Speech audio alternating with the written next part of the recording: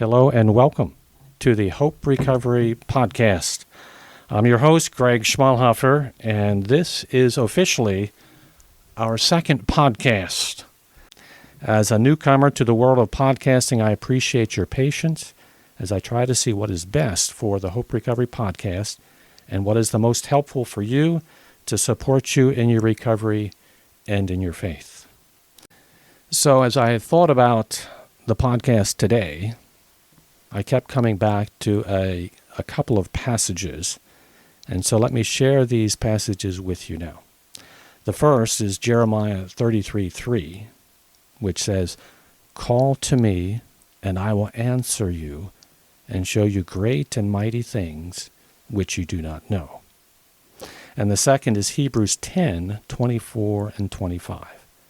And that says, "And let us consider how we may spur one another on toward love and good deeds, not giving up meeting together as some are in the habit of doing, but encouraging one another, and all the more as you see the day approaching." The initial plan and schedule for the Hope Recovery Podcast is to have a brief devotional message one week, and the next week to have an interview with an individual from the recovery community. And today, I am so very happy to be joined in our home studio with a very dear friend, Russ. Russ, thank you so much for being willing to join me today for this very first interview of the Hope Recovery Podcast. I am really thrilled and grateful that you were able to join me today. Thank you, Greg. I'm very honored.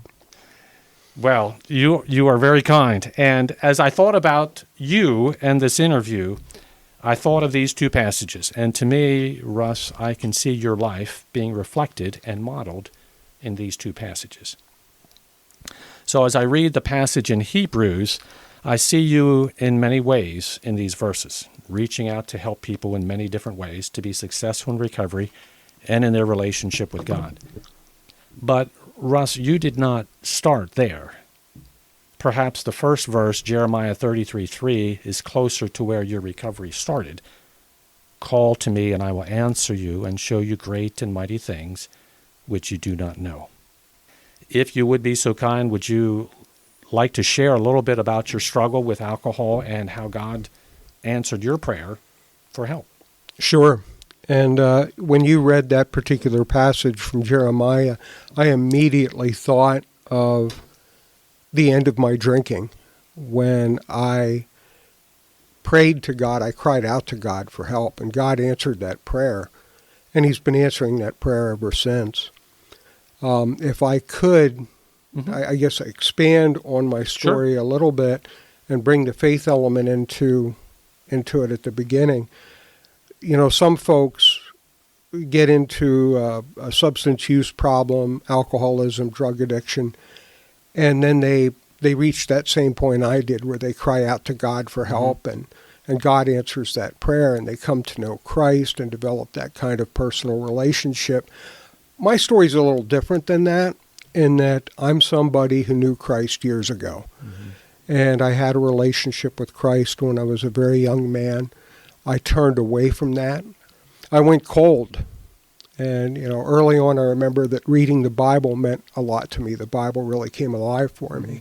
Over the years, there were times when I'd pick up a Bible, open it up, and it was stale. It didn't hold any meaning to me anymore. I found alcohol at some point, I guess when I was about 18 years old. Okay. And my experience with alcohol was that I never had to acquire a taste for any of it. I liked it from the start. I didn't get drunk the first time I drank, but I did like the taste. I liked the effect of it. And I didn't recognize it as such at the time, but looking back, I understand. I had a very high tolerance for it coming out of the gate, which is a problem. Alcoholism is a progressive disease. It did progress for me. Now, I went on to get engaged in a career and had some success there. I got married. I had a lot going for me, but I continued to drink. Obsession is one of the hallmarks of addiction. And I suffered with the obsession from very early in my drinking career. Mm-hmm. So when I wasn't drinking, I was thinking about drinking. Okay. I was counting down, when can I drink again? I'm one of these guys who always knew where his next drink was coming from because I made sure I didn't run out. Mm-hmm. I managed to, as I said, I had some success in a career and I had a home life. And I used those things when I thought that I might have a problem with alcohol. When I began to wonder about that, I used those things to tell myself that I didn't. It's like, well, how can somebody have the job that I had? How could somebody have that level of responsibility if they're an alcoholic? And the answer was they can't. I'm not an alcoholic. So I minimized my drinking. Denial's another characteristic of addiction, and I certainly engaged in a lot of that. I covered it up pretty good with a lot of people as well. I did most of my drinking at home, but it did progress. So it began to take its toll on my home life, and it was beginning to have an effect in my job. I ended up getting divorced, and then I walked away from my career shortly after I got divorced. For about the last year of my drinking, it was really out of control. About a year before I got sober, I went to AA. I went for about a week. I got a copy of the AA Big Book. In my mind, I read it. The truth is, I read from it. I read very haphazardly. In other words, I opened it up and said, here's a chapter called How It Works. Well, why bother with anything before that? Let's get right to business here. How it works. Oh, here are the 12 steps. So I read them in my mind. I just did the 12 steps. I went to a few meetings in a week, and in a week I didn't drink when I was doing that. And by the end of that week, I thought, well, I understand myself a whole lot better now. I think I've got a handle on this. One thing to note, during that week, I never shared in a meeting the awful words, I am an alcoholic. To me, saying those words was like a death sentence, because in my mind it meant you can never, ever drink again. I could not imagine life without alcohol. I couldn't face that. I couldn't bring myself to say those words. That last year, it really, really took control of my life. And, some of the things that I've already mentioned, for a long time, I thought, well, if you're not divorced, if you have a good job, if you've never been arrested, you're not an alcoholic. Well, I got divorced. I walked away. I didn't get fired, but I walked away from the career that I was in. And then I got arrested for a DUI. And I know some other people in recovery that have had similar experiences, and any one of those, in some cases, was the person's bottom. I would have thought, for me, that the arrest would have been it, but it wasn't. I just could not give it up. I could not stop. My bottom came to me when I found myself literally drinking against my own will. I reached a point where I could not imagine life without alcohol. But I also knew in my heart that if I continued to drink the way that I was drinking, it was going to kill me. I was in pretty rough shape. And so at that point, I envisioned sobriety as being some torturous existence, that I would not be able to drink, and I'd be struggling against the obsession to drink every day. And there was just nothing appealing to that vision for me. But towards the end there, I did find myself just desperate. And the last time that I drank, I literally, in my mind, I was screaming, no, I don't want this. No, no, no. And simultaneously watched my hand pick up a can of beer, open the top, and bring it to my lips. The second step of Alcoholics Anonymous, says that we came to believe that a power greater than ourselves could restore us to sanity. Yeah. And I know some of my brothers and sisters in AA and NA have told me they struggled with that because they didn't believe they were insane. Yeah. I didn't have that struggle. Mm-hmm. I mean, when that happened to me, I thought, this is insanity. Yeah. I'm insane. I literally, as I said, drank against my will. Mm-hmm. I ended up in a parking lot of an apartment complex in my car. Somebody called the police. I'm sitting in the car, loaded. The police showed up, and they were very kind, and I wasn't a problem to them at all. I was very respectful. I remember being very, very tired. And a police officer said, "Is there somebody we can call? How about a family member?" Well, my family is not in this area. They said, "How about a friend?" And I said, "I don't have any." And they said, "Come on, everybody has friends." Well, I did have friends. But all my friends had reached a point with me where they said, "If you're drunk, we don't want to hear from you." Mm-hmm. So I had nowhere to go. And the officer said, "If Water Street Mission will take you for the night, are you going to give anybody a hard time?" And I said, "No, of course not." So they delivered me to Water Street Rescue Mission. And I had been out there for a few days, so I hadn't showered. Mm-hmm. And, the smell of alcohol, I'm sure, was coming out of my pores. Mm-hmm. They let me launder my clothes, get a shower. And I remember that nobody there gave me a hard time. You know, the guy that I interacted with there didn't hassle me about my drunken condition. It was just, well, let's get you showered, get your clothes clean. He showed me to a cot, and I laid on that cot, and I was still under the influence, obviously, but I really, in a way, began to take stock of where I was at. I thought back to earlier in my life, and I thought back to my early religious experience, if you will. But by the time I reached that point, I wasn't sure that there was a God. The other thought I had at that moment was, if there is a God, he is not going to answer a prayer from a guy like me. Not after I trampled on every good thing that he had given me. That, Greg, that represented a major shift in my thinking, because up until then, I had a lot of resentments in my mind, that I wasn't getting what I deserved out of life. And anything good that I accomplished, I got it because I accomplished it. I earned it.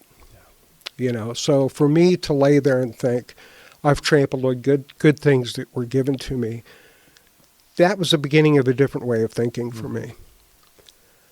Fortunately, given those two thoughts, I'm not sure there's a God, and if there is a God, he's not going to listen to a prayer from me. Fortunately, in that moment, I was given what people in recovery call the gift of desperation. I cried out, "God, help me." Amen. And believe what you will, in that moment, two thoughts entered my mind, and I really don't think they were my thoughts. The first thought was really simple. It was, you don't have to live like this anymore. And there was this sense of assurance that came with that. And I remember thinking, well, that never occurred to me. Because at that point, remember, I had given up the choice. I didn't have the power of choice anymore with alcohol. The second thought was, I'm going to put people in your life who will teach you how to live. That did not make any sense to me. My pride immediately reared its ugly head, and I argued with myself. And I thought, well, that doesn't make any sense. I don't need people to tell me how to live. I've done this. I've done that. And then I realized I am on a cot at the rescue mission. Maybe I do need that kind of help. So that was going on in the cot at the rescue mission. I found out later that simultaneously, my girlfriend at the time had reached out to my best friend. At that time, he lived in the Poconos, a few hours away. He came here. She didn't know where I was. He came here. His wife packed a bag for him and said, "Go find him and don't come home until he's someplace safe." So he drove to Lancaster. They were able to, I think they contacted the police and they found out I was at the mission. Mm-hmm. They reached out to some other people. Those folks reached out to other people. So there was this network of people trying to find a rehab for me. Mm-hmm. My girlfriend and my best friend picked me up the next morning from the mission. Mm-hmm.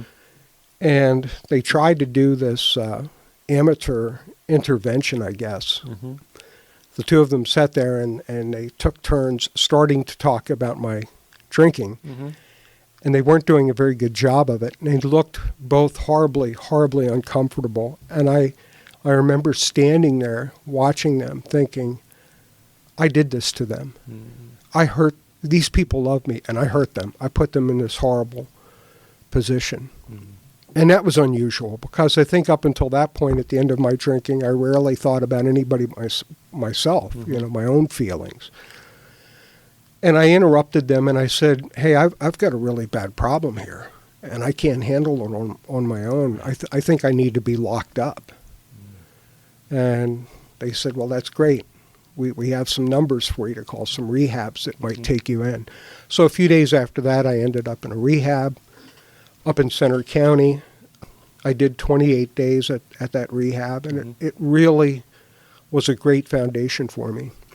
And then I came back to Lancaster and immediately got involved in AA.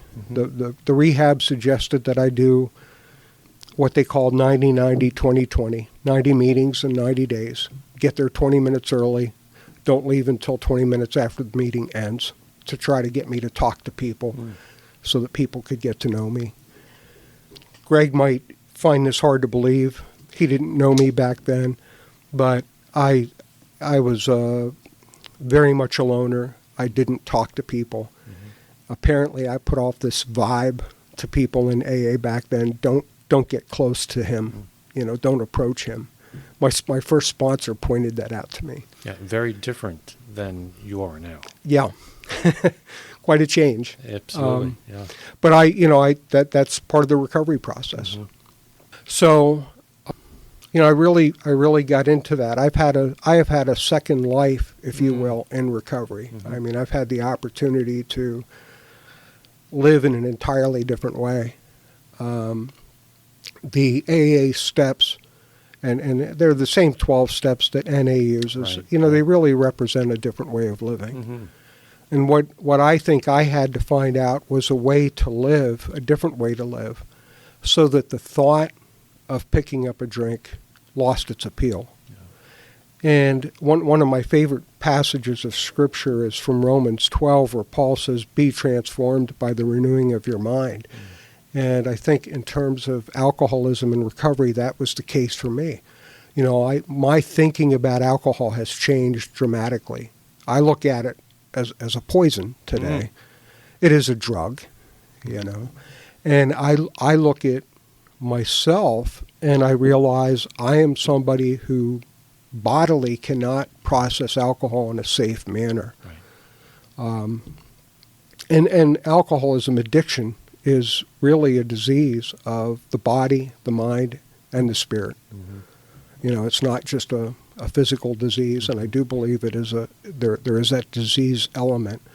And it's not just a mental disorder. It impacts every part of who we are. So I went for more years, I guess, than I care to admit. I was sober, and prayer was always a part of that sobriety. Mm-hmm. I'm okay with admitting that. But, for a long time there, Greg, and I think you've heard me talk about this before, but I never felt reconciled with Christ. Mm-hmm. And for a long time, I didn't think that was possible. Right. I continued to seek that. Mm-hmm. I went to some churches along the way. I found sometimes they weren't very receptive or accepting of somebody who says the words, I'm an alcoholic. Mm-hmm. I shared that with a pastor at one church, and he said, oh, no, you need to stop thinking that way. Yeah. You just need to believe, you're healed. I told him I went to AA. He told me I had to stop going to AA. And he just launched into this attack of Alcoholics Anonymous. And I said to him, well, I'm not AA's defender this month, so I'm not going to give you an argument. I said, but I will leave you with this thought. If it weren't for AA, you and I wouldn't be having this conversation. And he said, why not? I said, I'd be dead. Yeah. I mean, it's that simple, and I'm not being overly dramatic. You hear it in the rooms all the time. People say, God brought me to AA or NA, Right. AA, NA brought me back to God. Right. And that's certainly true. And I wanted to get more active in AA. I wanted to give back. I had more time on my hands, so I wanted to be more active in that and give back. And if there was some small way that a guy like me could help somebody, I wanted to be able to do that, Right. just like people helped me. So I thought, well, I'm going to do something a little different this time as far as seeking a sponsor. I'm going to pray for one, right? So I asked God, give me a sponsor. And then I also thought, I'd been to a church and I just didn't feel comfortable there. I was looking for some place that, I could, I guess, bring faith and recovery together. Yeah. So I thought, well, while I'm asking, I said, help me find a church. Yeah. So within about a week and a half of saying that prayer, there was a fellow named Charlie that I knew from AA, and I had thought, well, he'd be a good sponsor, but I prayed. So I saw him after a meeting about a week and a half, I guess, after I prayed, and he asked me if I could sponsor a new guy, and I said, yeah, I'd be happy to, but I don't have a sponsor myself. So a week later, Charlie came up to me and he had this kind of a curious expression. He said, I prayed about your situation and I think I'm supposed to sponsor you.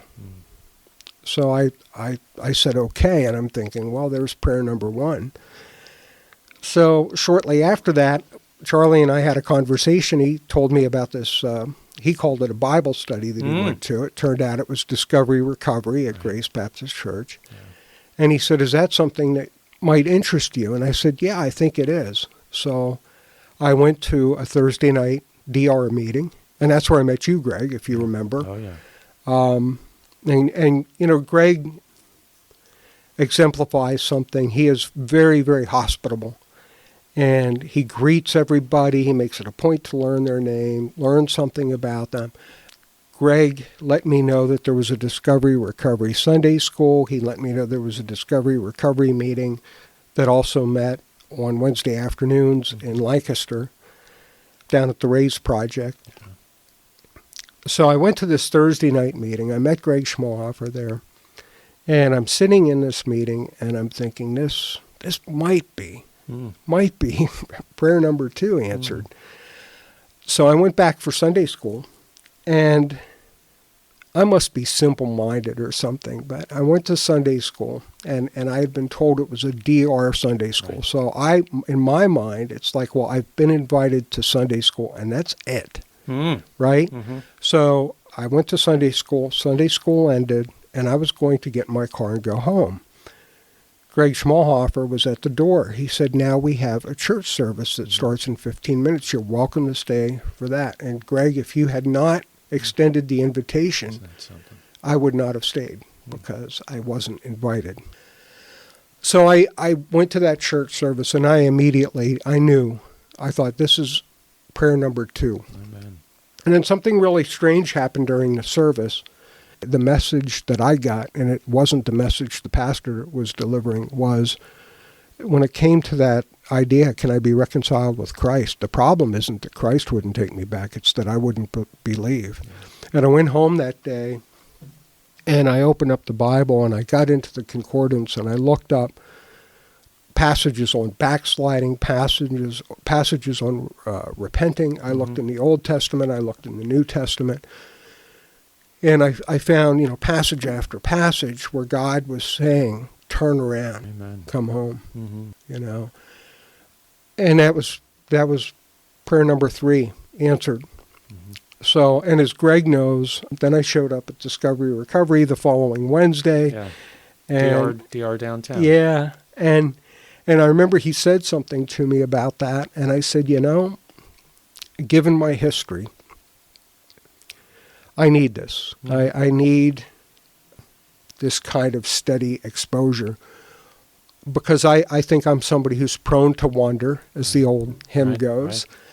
Right. And I learned from that experience, that I need to be in community. As much as my natural tendency is to be a loner, I've learned in recovery that I need to be in community. Recovery is not something you do on your own. Right. And neither is faith. Mm-hmm. Faith is meant to be shared. Right. So that's how I became reconciled with Christ, and now, thanks to those answered prayers, and thanks to the ministry of Grace Baptist Church, Discovery Recovery, and thanks to people like Greg here, I have that reconciled relationship, and faith and recovery are they're not it's not a conflict anymore for me. Mm-hmm. They're very much together. Amen. They're not. Yeah. There's hope for all of us. Amen. Well, thanks for letting me share. Sorry, I didn't mean to just run with it, but Russ, that's my story. Thank you very much for sharing that. And as you were sort of toward the end of those comments, the way you were talking about not being alone, being in fellowship, helping other people, I had an NA quote, and it's from page 52 and 53 from the chapter, How It Works. And it goes like this: we share the principles of recovery as they have worked in our lives. God helps us as we help each other. Life takes on a new meaning, a new joy, and a quality of being and feeling worthwhile. We become spiritually refreshed and are glad to be alive. One aspect of our spiritual awakening comes through the new understanding of our higher power that we develop by sharing another addict's recovery. Yes, we are a vision of hope. We are examples of the program working. The joy that we have in living clean is an attraction to the addict who still suffers. We do recover to live clean and happy lives. Welcome to NA. The steps do not end here. The steps are a new beginning. And I think that ties in really nicely with what you were saying. And recovery and faith is about fellowship, and it is about community and helping each other. And as when I read that Hebrews passage, Russ, it made me think of you and how much you are seeking to help people. And that passage again, and let us consider how we may spur one another on toward love and good deeds, not giving up meeting together as some are in the habit of doing, but encouraging one another, and all the more as you see the day approaching. And I think your example, Russ, of the different ways you are involved in helping people in recovery, I think it just is a great example of this passage, that you are encouraging people, you're helping people, and that's something that we should all be trying to do in wherever God has us. I think when I help another person in recovery, I think I probably get more out of it than they do. Well, I know that's how it works. You have expressed that to me multiple times. Yeah. And and I can see that as true for all of us. As we look to help other people, the focus is off of us, and it's trying to care for someone else. Mm-hmm. And then that just is such a benefit to ourselves as well, even though we may not expect that or do it for that reason. It is helpful for us as well. And when we take the focus off of us and just be obedient then to where God has us and what he would have us to do. So Russ, as we sort of come toward the end of this, let me ask you this. What would you say, Russ, to someone that might be listening to the podcast right now, that is maybe just a few days or a few weeks in recovery, and they're not sure that they can do it. They're not sure that they can be successful in recovery. They're not sure. They think that, well, other people, it worked for other people, but my situation is so different. My past is so bad that I don't think I can be successful in recovery. I don't think it's going to work for me. What would you say to them, Russ? I once had those very thoughts. I had a conversation with somebody yesterday who brought up my sober anniversary, and it's coming up next month, and it'll be 31 years. And I said, I could not, back when I first got sober, I could not imagine this time. I mean, I just couldn't. Yeah. But it's tough when you're in that spot early on. You cannot imagine. Yeah. And I think that's one of the reasons it's so wise to live a day at a time. Yeah. And for me, sobriety had to be a priority. I used to wake up in the morning and tell myself, sobriety is job one. And I learned to make that my priority and let everything else fall in behind that. And all the other concerns of life took care of themselves. Things did improve. I had some wreckage of my past to clean up. And I just kept doing the next right thing. Right. If you, whatever it is, if it's relationships, they might not all get restored, but do your part. You said so many really important things there and principles, really. And one of them that you and I have talked about this before, that AA points people to God. And AA is, the big book speaks about a spiritual experience with God. And while it is not perhaps the way that we would share our faith, perhaps, it points people to God. It brings God into the conversation, and it acknowledges that recovery, to be successful, requires a relationship with God. It requires bringing God into the picture, and that is a wonderful thing. And for Discovery Recovery, for faith-based recovery ministries, for Hope Recovery, we have the privilege then of sharing the loving, caring, compassionate God of the Bible with people. And so that is a wonderful thing. I appreciate everything that you said, and I appreciate your kindness in coming in and being the first person to be interviewed on the Hope Recovery podcast. Well, with that, Russ, let me speak then to our podcast listeners today. Wherever you are at in recovery, please remember that recovery is absolutely possible. There is indeed always hope with God, regardless of what you may be facing today, whether it's a struggle in recovery or a challenge of life or a medical situation or a court hearing, many different circumstances of life. Remember, there is always hope with God. And I would suggest to you to consider Jeremiah 33:3 for yourself and trust God to answer your prayer in a mighty way, perhaps in a dramatic way that you might never have expected. Jeremiah 33:3, call to me, and I will answer you and show you great and mighty things which you do not know. Russ, thank you very much for taking the time to join me today. And to all of our podcast listeners, thank you for letting me share. Take care, and God bless you all. Thank you.